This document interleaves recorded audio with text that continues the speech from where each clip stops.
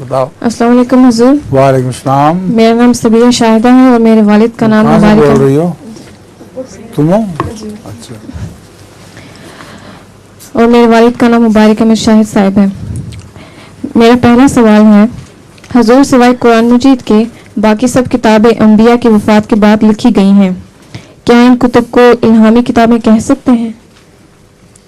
ان کے اندر الہامی باتیں موجود ہیں، ان کے اگرچہ انبیاء کی وفات کے بعد لکھی گئی ہیں، مگر بہت سی کتابیں ہیں جو انبیاء کی زندگی میں بھی لکھی گئی ہیں. اس لیے یہ بات بھی درست نہیں کہ سب کتابیں انبیاء کے وصال کے بعد لکھی گئی ہیں.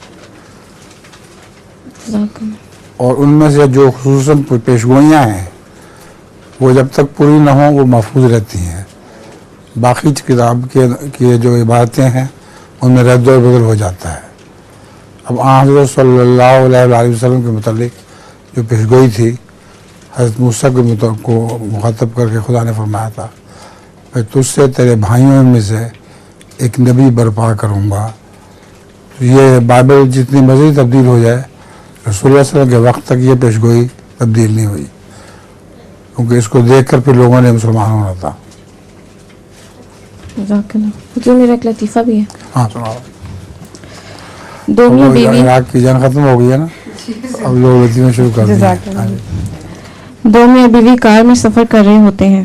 بیوی شوہر سے پوچھتی ہے کہ کیا آپ ایک ہاتھ سے گاڑی چلا سکتے ہیں؟ تو شوہر جواب دیتا ہے کہ ہاں بہت اچھی چلا لیتا ہوں. کیوں؟ بیوی کہتی ہے تو پھر دوسرے ہاتھ سے ناک صاف کر لیجیے. کیا؟ بیوی کہتی ہے کہ تو پھر دوسرے ہاتھ سے ناک صاف کر لیجیے. اچھا